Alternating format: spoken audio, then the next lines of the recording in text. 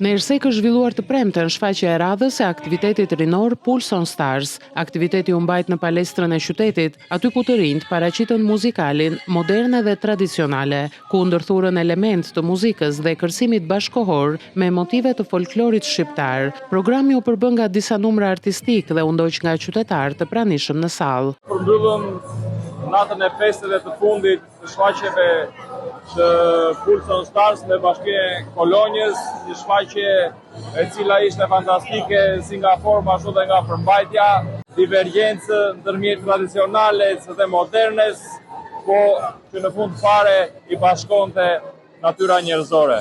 Të rinj të talentuar, të rinj të mrekullueshëm, të cilët i dhanë vërtet puls edhe ritëm sot Kolonjës. Është shfaqja më e bukur që kam vënë deri tani, se është në qytetin tim dhe me ata që në fakt në përkomente njerëzit thotë se mungojnë të rinj. Nuk mungojnë, këta janë të rinj të Kolonjës dhe këta shkëlqejnë.